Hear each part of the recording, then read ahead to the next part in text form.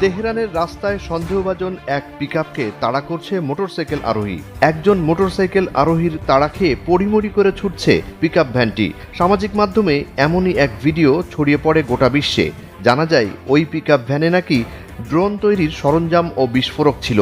এমন ড্রোন আর বিস্ফোরক দিয়েই বৃহস্পতিবার রাতে প্রথম হামলা করে ইরানের এয়ার ডিফেন্স সিস্টেম নষ্ট করে দেয় ইসরায়েলের মোসাদ।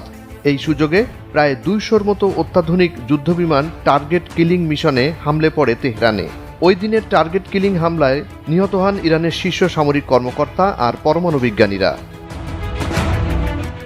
এর একদিন পর 14 জুন রোববার সারাদিন ইরানের রাজধানী তেহরান এবং অন্যান্য শহরে গুরুত্বপূর্ণ স্থাপনায় চোরাগোপ্তা হামলা চালায় মোসাদ।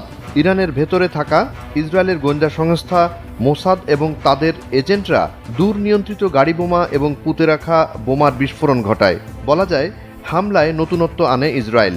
হামলা চালায় ইরানের পানির পাইপলাইনে। মোসাদ এজেন্টরা তেহরানে বিস্ফোরণ ঘটায় 20টি গাড়ি বোমার।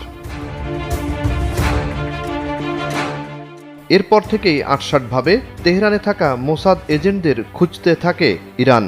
তেহরানের খুব কাছেই পাওয়া যায় মোসাদের এক ড্রোন ফ্যাক্টরি। এই ফ্যাক্টরিতে বাইরে থেকে যন্ত্রাংশ এনে ড্রোন সংযোজন করা হতো। পরে তেহরানের দক্ষিণে পাওয়া ইসরায়েলি গোপন ড্রোন কারখানাটি জব্দ করে ইরানের নিরাপত্তা বাহিনী।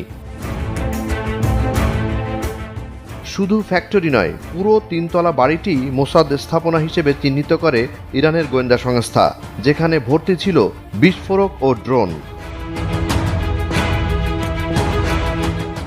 এদিকে ইরানের অভ্যন্তরে থাকা মোসাদ এজেন্টদের উপর ভর করে ইরানে বিশৃঙ্খলা সৃষ্টি এবং বর্তমান সরকারের বিরুদ্ধে ইরানি জনগণকে রাস্তায় নামার আহ্বান জানান ইসরায়েলি কর্মকর্তারা। আর তাদের এ উদ্যোগে সায় দেয় বিপ্লবের মাধ্যমে ইরান থেকে বিতাড়িত রেজা শাহ পাহলভির ছেলে রেজা পাহলভি।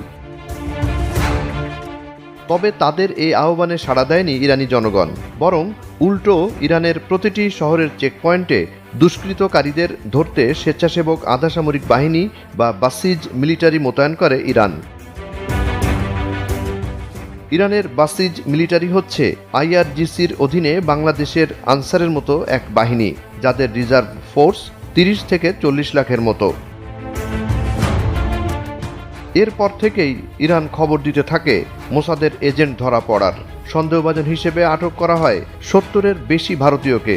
অন্য ঘটনায় সন্দেহাতীতভাবে প্রমাণে মৃত্যুদণ্ড দেয়া হয় 2 জনকে।